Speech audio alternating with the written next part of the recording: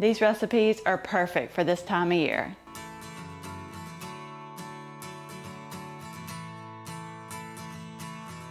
I love using my slow cooker, especially when it's cold outside.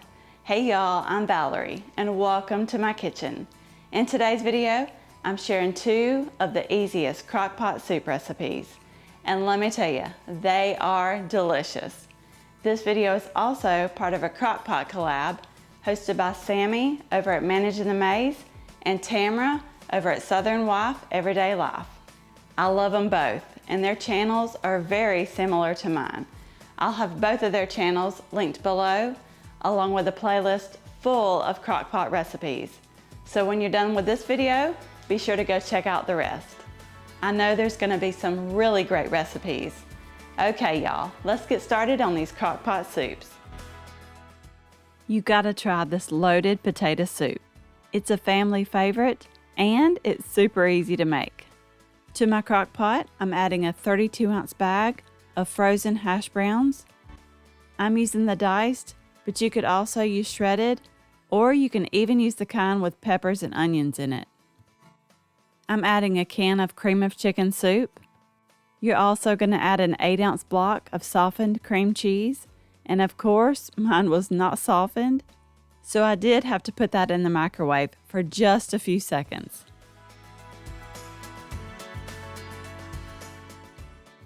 Next, I'm adding 2 tablespoons of ranch seasoning. I like to buy this big container of ranch just because I use a lot of it. But if you're using it from the packet, you can use anywhere from half to the whole thing. You can add any other seasonings you like here, but I like to do a half a teaspoon of garlic powder and half a teaspoon of onion powder. Now I'm topping it off with 4 cups of chicken broth. And if you want, you can add the low sodium kind, and then add a little salt in at the end if you need to. And by the way, if you're enjoying this easy recipe, I would really appreciate it if you would give me a thumbs up. It really does help out my channel. After I got that all stirred up, I covered it and I set it to cook on high for 3 hours. Or if you needed to, you could do low for about 5. So, after cooking for 3 hours on high, I gave it a really good stir before I add in the rest. Now, if you want, I'm sure it would be delicious. You can cook and crumble some bacon, but I'm just adding in half of a 3-ounce bag of the real bacon pieces. I'm also adding a cup of shredded cheddar cheese, and I'm pretty sure that was a lot more than a cup.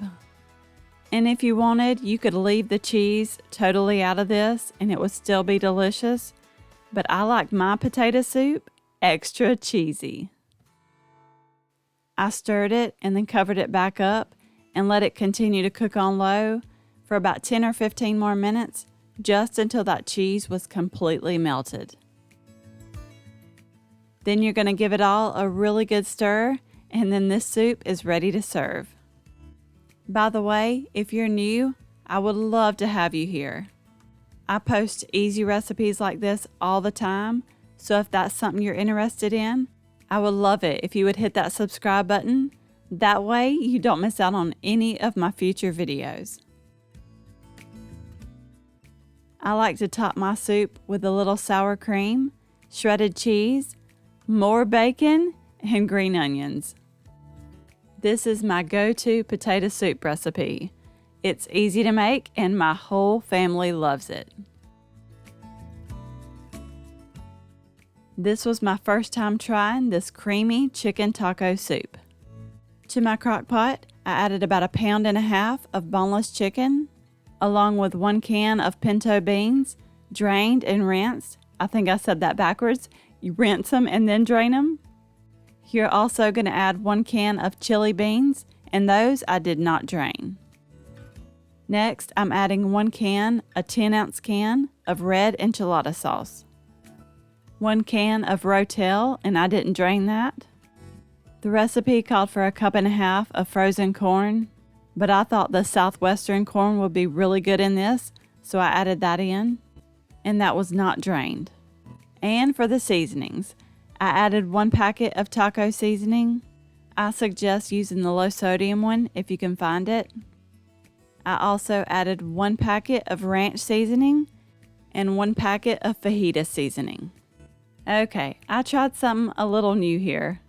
When I use cream cheese in a soup, I can always see the little tiny chunks, especially if you just stick the whole block in there.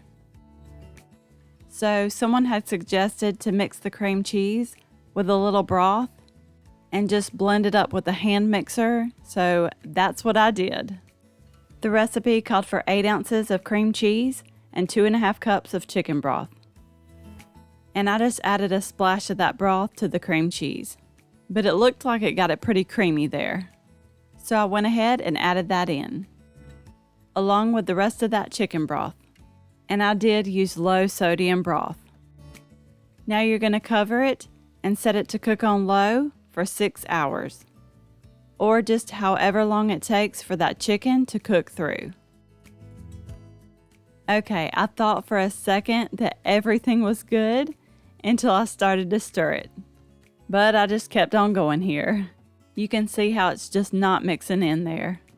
Oh well, it was still really good. I went ahead and removed that chicken to a separate bowl, and I shredded it up with my hand mixer and then added it back into the crock pot. Next time, I'm going to try adding the cream cheese at the last hour. Maybe I just shouldn't have added it at the very beginning. By the way, what's y'all's favorite soup?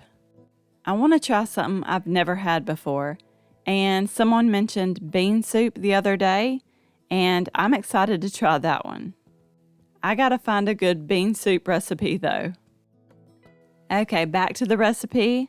I gave it a really good whisk, and that seemed to help quite a bit. But I did want to thicken it up, so I made a cornstarch slurry. I used about 1.5 tablespoons of cornstarch to about 3 tablespoons of water. I mixed it until all the lumps were gone, and then I added that in. I did cover it back up and let it continue to cook on low for about 30 more minutes, just to give that soup time to thicken up. The flavor in this was delicious. Now, if you wanted it to be more like a stew, you could reduce the amount of broth, or maybe add in a couple more cans of drained beans or diced tomatoes. But we really enjoyed it. I topped it with sour cream and shredded cheese. And don't forget, I always have the recipe listed in the description box below. I really hope you enjoyed this video. You may also like these.